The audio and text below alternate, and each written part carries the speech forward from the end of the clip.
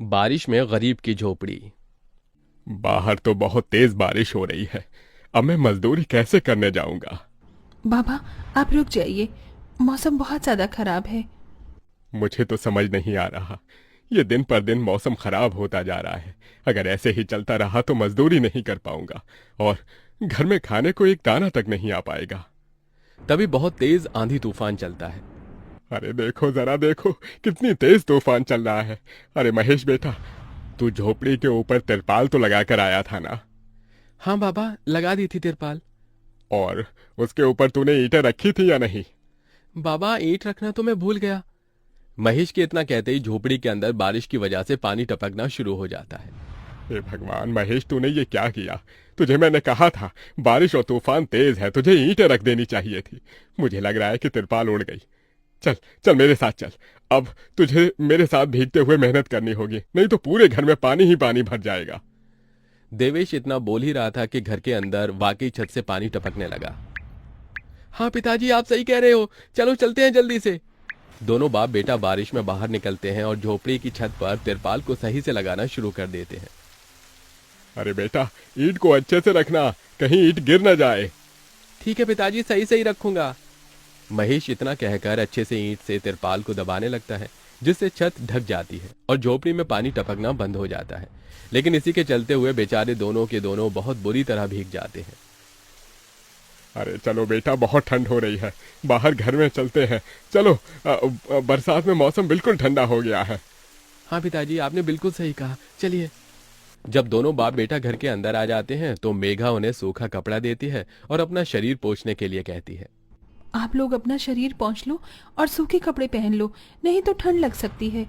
मेघा के दिए हुए कपड़े दोनों पहन लेते हैं। तभी बीमार शकुंतला बिस्तर पर पड़ी हुई मेघा से कहती है। अरे बेटी, तूने खाने के लिए कुछ बनाया नहीं? माँ, मैं बारिश के रुकने का इंतजार कर रही हूँ। घर के अंदर खाना कैसे बनाऊंगी? सारे में धुआं ही धुआं हो जाएगा। मेरी दवाई का समय हो गया है और मुझे भूख भी लग रही है। ठीक है माँ, मैं कुछ करती हूँ। मेघा अपने सिर पर एक सफेद कट्टा रखकर बारिश से बचते हुए बाहर से कुछ ईंटें लाकर घर के अंदर ही छोटा सा चूल्हा बना लेती है और उसी पर खाना बनाना शुरू करती है। अरे बेटी, पूरे घर में धुआं ही धुआं हो गया है। पिताजी, खाना बनाना भी तो बहुत जरूरी था। मेघा जैसे तैसे करके जल्दी जल्दी खाना बना लेती है। वो खाने में नमक मिर्च वाले चावल ही बना पाती है। माँ, माँ उठो, ये लोग खाना खा लो। शकुंतला मेघा के हाथों से खाना खाती है। शकुंतला के पूरे शरीर को पैरालाइज हुआ था, जिसके कारण ना तो वो हिल सकती थी और ना ही वो उठ सकती थी। मेरी प्यारी बेटी, इतनी कम उम्र में तेरे ऊपर कितनी जिम्मेदारी आ गई। हम गरीबों का कुछ नहीं हो सकता है। इस गरीब झोपड़ी के अंदर हम कैसे कैसे दिन देखते हैं। कोई बात नहीं माँ, बच्चे समय के अनुसार बड़े होते हैं, लेकिन मैं समय से पहले बड़ी हो गई हूँ। आपको तो खुश होना चाहिए। मैं तो इस कदर लाचार हो गई हूँ कि तेरे सर पर हाथ रखकर तुझे आशीर्वाद भी नहीं दे सकती बेटा। शकुंतला की आंखों से आंसू निकल रहे थे। मेघा उसके आंसू पोंछकर अपनी मां को हौसला देती है, जिसके बाद वो अपने भाई और पिता के साथ बैठकर खाना खाती है। बारिश होती ही रहती है, लेकिन बारिश रुकने का नाम ही नहीं लेती।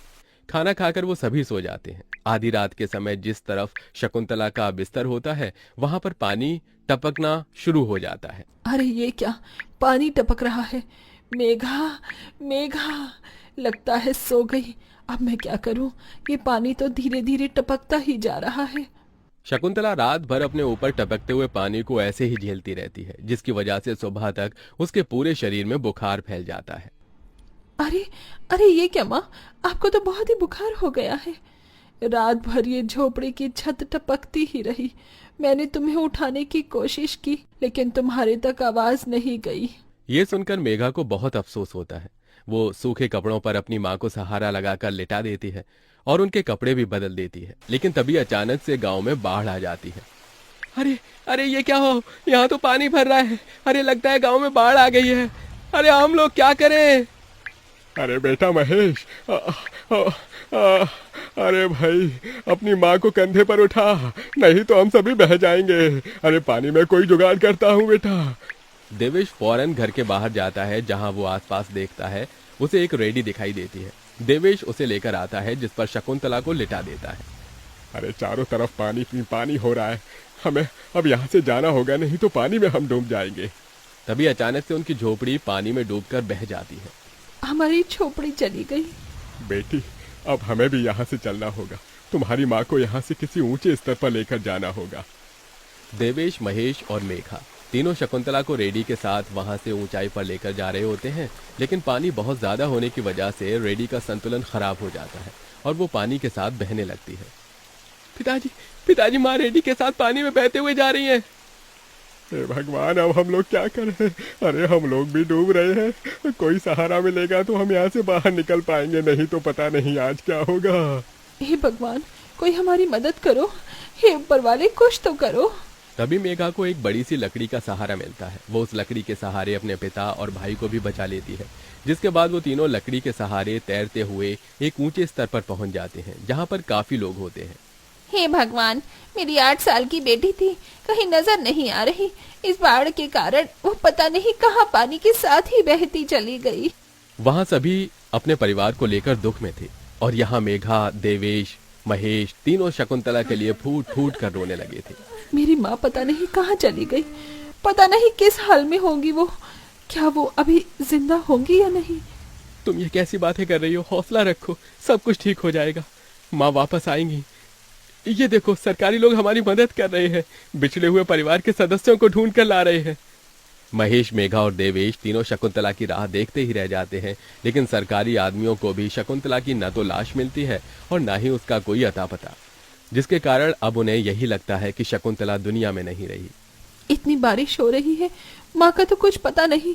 अब हमें हमारे लिए कुछ करना होगा। तुम सही कह रही हो बेटी, अब हमें कुछ न कुछ तो करना ही होगा। देवेश और महेश दोनों बाप बेटे जंगल से लकड़ियां इकट्ठी करके वहां झोपड़ी बनाने की कोशिश करते हैं, लेकिन बार बार बारिश के पानी की वजह से उनकी झोपड़ी बन ही नहीं पाती। बारिश बहुत जोरों से हो रही है, मैं यहाँ वहाँ से पन्नियाँ इकट्ठी करती हूँ। मेघा पन्नियां इकट्ठा करती है और उन्हें जोड़कर तैयार करती है, जिसे वो अपने पिता और भाई के ऊपर रखकर उन्हें बारिश से बचाने की कोशिश करती है। और इसी के चलते महेश और देवेश झोपड़ी बना लेते हैं और उसमें वो सब रहने लगते हैं। चलो, हमने जैसे तैसे करके अपने लिए मजबूत झोपड़ी तो बना ली। काश माँ और मिल जाती तो अच्छा होता।